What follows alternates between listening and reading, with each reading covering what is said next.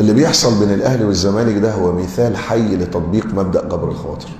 الفرقتين دول لعبوا 3 مرات، الزمالك كسب مرتين والاهلي كسب مره. وانا هقول لك جمله: جبر الخواطر اللي كسب ال3 مرات. يعني لو بصيت مين اللي كسب الاهلي ولا الزمالك، انا بقول لك جبر الخواطر كسب الاهلي والزمالك 3-0. وهتستغربوا من اللي انا بقوله. اقعد كده ارجع بالذاكره، الماتش الاولاني كان في الامارات، كان في ولد بيلعب كوره في الزمالك اسمه سعد، اصيب بالسرطان عنده 18 سنه. لعيبه الزمالك قررت تجبر بخاطر الولد سعد، سفروه على حسابهم الامارات، خدوه في طياره خاصه، جابوا له وحده عنايه مركزه، عملوا له مستشفى متنقله وسفروه الامارات. هل تعتقد ان ربنا اللي اسمه الرحيم كان هيكسر بخاطر الولد ده؟ كان لازم الزمالك يكسب حتى لو كان وحش. وفعلا الزمالك كان وحش وكان المفروض يخسر بحسابات البشر، لكن بحسابات ربنا كان لازم يكسب. على قدر نواياكم ترزقون. هم نيتهم يفرحوا الولد ده، فجبر الخواطر اللي كسب الاهلي والزمالك. الماتش الثاني ربنا بعت لبتوع الزمالك اختبار ونجحوا فيه. راجل بيبيع تين شوكي على سور النادي، موظفين الحي فجم على عربيه التين قاموا قلبينها له.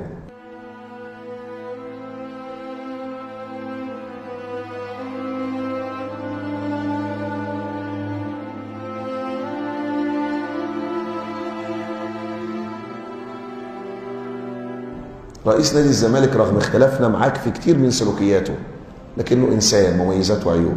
خد الراجل ده عينه في النادي، جاب له عربيه تين وخلاه يبيع تين جوه نادي الزمالك. شوف اعضاء قد ايه. لا هتشتغل معانا هنا صيف الشتاء ان شاء الله. يبقى في الموسم التين يبيع تين وبعدين يعمل له قرار تعيين في النادي هنا. ده كله من الله عليك. انت متجوز؟ الحمد لله، عندي اسلام ومحمد ومريم. ربنا يخليهم. الله يخليك. الراجل قال له الهي ربنا يجبركم زي ما جبرتم خاطري. الماتش الثاني ده بالورقه والقلم، الاهلي يكسب الزمالك 3-4 والزمالك كسب 3. انا بقول لك اللي كسب جبر الخواطر. الاهلي غش الحكايه، عرف ان الكوره مش في الملعب. التجاره الاول، عايز تكسب اكسب الاول مع ربنا.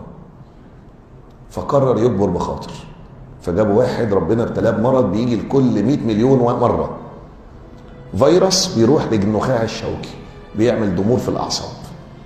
تلاقي الانسان كانه مسن وهو في عز شبابه. مؤمن زكريا محطوط في ابتلاء صعب، بس انا بقول الولد ده ايمانه قوي. انا قابلته لا نزكيه لكن نحسبه على خير. الولد انا شفته وهو في علاقته مع ربنا. الحقيقه فعلا الابتلاء ده يجي لحد ايمانه قوي، الولد ثابت.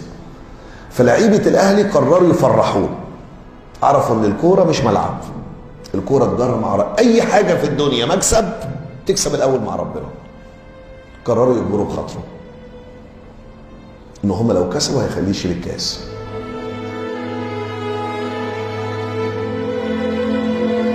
اي حد بيفهم كوره بحسابات البشر يقول الزمالك الماتش اللي فات يكسب الاهلي بفضيحه 3-4، قول زي ما انت عايز تقول. ده ما كانش ماتش كوره، دي كانت كوره شراب. لعيبه الزمالك عملت كل حاجه، وكباري بقى وانفاق وشوارع، عملوا بص منشاه محميه طبيعيه في الاهلي. كسب عشان ما تتعظوش من الدرس ان لعيبه الزمالك صدقوا ان هم اللي بيكسبوا. ودي رساله تانيه ليك. في آية في القرآن بتقول إن قارون كان من قوم موسى. راح جاي قارون قال إيه؟ إنما أوتيتوه على علم عندي. اللحظة اللي أنت بتتفاخر بيها ربنا اسمه المتكبر يديك على دماغك. أنتوا بقالكم مرتين وحشين، ربنا اللي بيكسبكم. يوم ما تصدق إن أنت بتكسب بمجهودك، طب يلا أدي أعلى مجهود عندك أهو، نفعك بإيه؟ جبر الخواطر. من الفضل اعطاء الفضل لصاحب الفضل. لو انت كل حاجه بتحصل لك تقول اللهم لك الحمد، لكن ما تجيش حضرتك تحل لي مساله رياضه ولا مساله فيزياء ترمي القلم يا الله اللي عنده حاجه وريني، مش هتعرف تحل بعدها. عمرك ما هتعرف تحل بعدها. لعيبه الزمالك صدقت ان هي اللي بتكسب، ولعيبه الاهلي عرفت السر. وتلاقي ربنا سبحانه وتعالى بيبعت لكم انتوا رسائل وللناس كلها، مش انت لعبت ما تكسب، النيه هي اللي بتكسب.